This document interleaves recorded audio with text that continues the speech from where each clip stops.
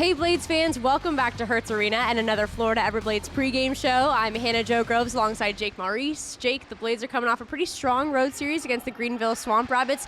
From a broad lens, give us the story of the first two games and what went well for the Blades. Well, they had a great effort. They came out like on a Wednesday morning. On a morning game, and they were ready to go, raring to go, and it really worked for them in the second period. They were getting a lot of shots on goal. They were doing a good job of keeping the opponent's shots to the outside out of danger areas. When they needed to, their goaltending came through, but especially offensively, they were getting into good areas, middle of the ice, guys driving the net, getting shots from in tight, rebound chances into the back of the net, good redirects, all just the right kind of things that the coaching staff has been preaching. That's what the Blades were doing on Wednesday and on Friday. Not on Saturday. Couldn't get it done on Saturday. But yeah, I did want to mention, go into that. It was 10:30 a.m. on Wednesday. Yes, rare school day game for the Everblades, and those ones are always a little zany. 5-0 shutout, though. Yeah, so you certainly love that. Yeah.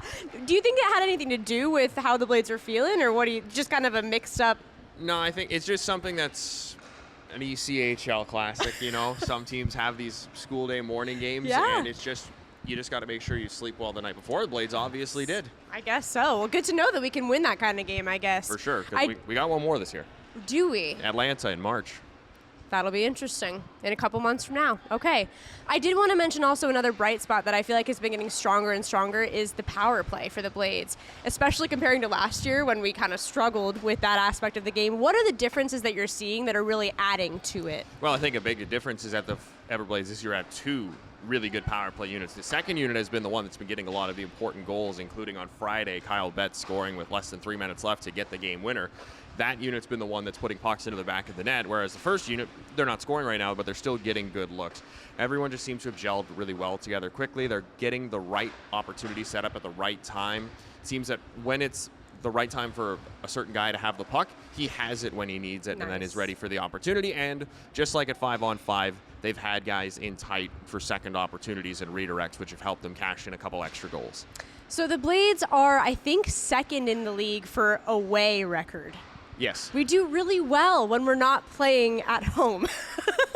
Tell me what goes into that, or maybe a guess that you have as to why we've had success on the road but not as much at home in the beginning of the season, at least. Well, I think a big part of it is something that's been a trend on both road games and home games, and that's the Everblades not scoring a lot in the first period. Yeah. When you're on the road and the game's 0-0 after the first, well, that's a big blow to the home crowd because there's nothing for them to cheer about, and even though there's nothing for the road side, that doesn't really matter when your fans aren't in the building. True. When it is your fans in the building, well, then that's a sway towards the visitors, which Florida has used very well to their advantage. They did on Wednesday. It was a 0-0 game after the first, and then they explode for 5 goals in the second. Taking the kids out of it a little bit helps them get more into the game. But here on home ice, we saw it in the Blades win over the Fort Wayne Comets on Friday a couple weeks ago. Yes. You get the goal late in the first period, crowd gets amped up, changes the feel of the game for everyone on Florida's side. Yeah, so the energy in the room is kind of the difference there. And hopefully, I agree, if we get that first period goal, especially a really early first period goal, that would be nice. Energy just ramps up from there. So, yeah, that would be nice. So, tonight we have the South Carolina Stingrays coming in. What should Blades fans know about this team? They've got a lot of offensive talent. They just had 3 players sent down from the American Hockey League today, and they are our arch rivals, which means anytime we play the Stingrays, we saw it last year, these games are nasty, they're physical, they're violent, and there's a lot of scoring chances on both sides because both teams bring their best whenever they play each other. Okay, well, as I talked about earlier, we want to bring some of the road victory back home.